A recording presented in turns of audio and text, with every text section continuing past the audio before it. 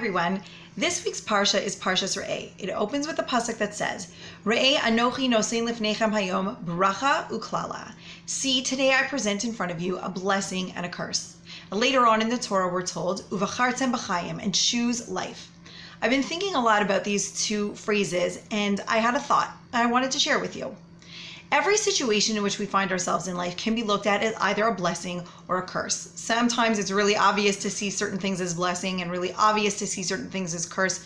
Sometimes we see that something we thought was a blessing actually isn't really so clear-cut, and something that we thought was a curse also maybe not so clear-cut. But the phrase, uvachartem b'chayim, that we should choose life, I feel like that's the pivotal thing in between all of those things. And I was thinking that in this life, we get to choose whether we are the victims or the victors of what's going on. Every situation can be seen either from a victim perspective or a victor perspective. How's that possible? Because a victim is helpless and hopeless and can't get anything out of this situation. It just is terrible. A victor is not necessarily somebody who's going to get their way and everything works out exactly the way they wanted, and there's like this happy ending with, the birds and the squirrels and the princess and the prince and all this kind of crazy stuff like we learn in the fairy tales. No.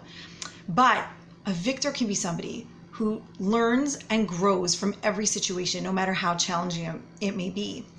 I had the opportunity to go to Israel with an unbelievable group of women this summer. And one woman in particular, she has every right in the world to decide that she's a victim, and she's just gonna cover herself with her covers every morning, her blanket every morning, and just cry all day long. She lost a daughter at 4 years old to childhood cancer. I can't even imagine what that must be like. And yet, when we were standing in front of the Kotel for the first time, because this was her first trip to Israel ever, she turned to me and expressed how she saw so much blessing and so much beauty and the hand of God throughout her daughter's illness and leading up to her death. I have no idea if I would be able to have that perspective, but the fact that she did, in the face of that challenge, she was the victor, not the victim, because she chose to see the blessing. I think that this is such an important lesson for all of us in life. I know that there are struggles that I have where every now and then it kicks me down and I think of myself as a victim, but I claw my way out and work so hard to find that victor opportunity in it. Is it every day? No. Is it all the time? Absolutely not. And could it be for anyone? I don't think so.